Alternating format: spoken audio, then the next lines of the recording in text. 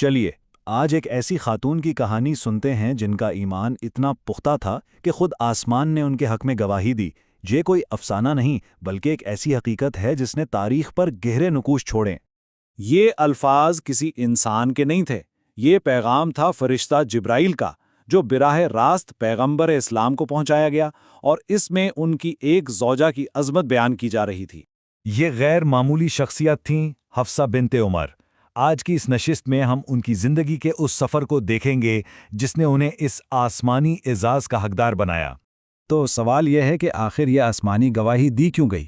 اس کو سمجھنے کے لیے ہمیں اس عظیم خاتون کی شخصیت اور زندگی میں تھوڑا گہرائی میں جانا پڑے گا جنہوں نے یہ مقام حاصل کیا۔ حفصہ کی کہانی اصل میں ان کے والد عمر بن خطاب سے شروع ہوتی ہے، جو اسلام کی ایک تاریخ ساز شخصیت تھے۔ ان کی شخصیت کا گہرا اثر حفصہ کی پوری زندگی پر نظر آتا ہے۔ لوگ کہتے تھے کہ وہ تو بالکل اپنے والد کی کاربن کاپی ہیں، وہی مضبوط شخصیت، وہی گہری دینداری اور حق بات پر ڈٹ جانے کا وہی انداز۔ ان کی زندگی شروع سے ہی غیر معمولی تھی۔ مکہ میں پیدا ہوئیں اور اس زمانے میں لکھنا پڑھنا سیکھا جب یہ بہت بڑی بات تھی۔ پھر جنگ بدر میں شوہر کی شہادت کا صدمہ سہا۔ ان سب چیزوں نے انہیں بہت کم عمری میں ہی ایک بہت مضبوط شخصیت بنا دیا تھا۔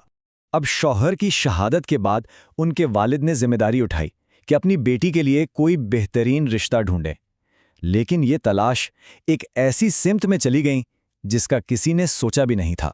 سوچیں ذرا، جب ان کے دوست سب سے قریبی دوستوں نے انکار کر دیا تو عمر پر کیا گزری ہوگی؟ ان کا دل بالکل ٹوٹ گیا اور وہ اپنی یہ پریشانی لے کر سیدھا پہنچے پیغمبر اسلام کے پاس۔ اور یہیں پر کہانی کا سب سے خوبصورت موڑ آتا ہے۔ پیغمبر اسلام نے نہ صرف ان کی بات سنی بلکہ خود حفصہ سے نکاح کی پیشکش کر دی۔ یہ ایک ایسا حل تھا جس نے سب کو خوش کر دیا۔ یہ شادی بلا شبہ ایک بہت بڑا اعزاز تھی، لیکن یہیں سے حفصہ کی زندگی کے سب سے بڑے امتحان کا بھی آغاز ہوا۔ ایک ایسا لمحہ جس نے ان کے کردار کو ہمیشہ کے لیے تاریخ میں ثبت کر دیا۔ ہوا یہ کہ گھریلو معاملات میں کچھ ایسی کشیدگی پیدا ہوئی کہ پیغمبر نے حفصہ کو طلاق دے دی۔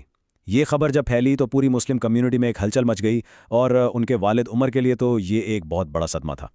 عمر کے یہ الفاظ دیکھیں، یہ ایک خلیفہ کے نہیں بلکہ ایک باپ کے الفاظ ہیں جس کا دل اپنی بیٹی کے لیے ڈوب رہا ہے۔ وہ خوفزدہ تھے کہ ان کی بیٹی کا مستقبل کیا ہوگا۔ جب لگ رہا تھا کہ اب سب کچھ ختم ہو گیا، علیحدگی ختمی ہے، ٹھیک اسی وقت آسمان سے ایک حکم نازل ہوا، ایک ایسا فیصلہ جو حفصہ کی پوری زندگی کی میراث بننے والا تھا۔ اور وہ حکم کیا تھا؟ حفصہ کو واپس لے لو، کیونکہ وہ بہت روزہ رکھنے والی اور بہت عبادت کرنے والی ہے، اور وہ جنت میں تمہاری بیوی ہے۔ یہ بات بہت اہم ہے۔ حفصہ کو ان کے نسب کی وجہ سے نہیں بلکہ ان کی اپنی عبادت کی وجہ سے یہ مقام ملا۔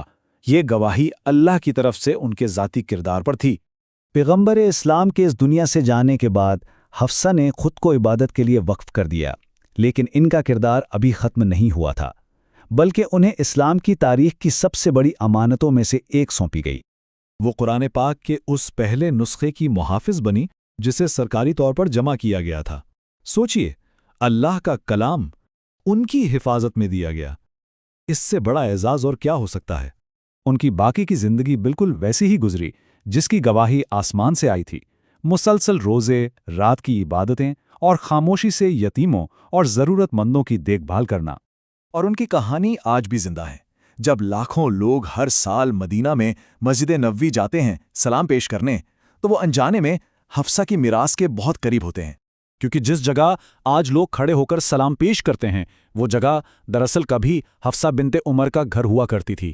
تو ان کی میراث صرف تاریخ کی کتابوں میں نہیں بلکہ اس مقدس زمین کے ذرے ذرے میں موجود ہے، جو ہمیں یاد دلاتی ہے کہ اصل عظمت خاندان میں نہیں بلکہ عبادت اور کردار میں ہے۔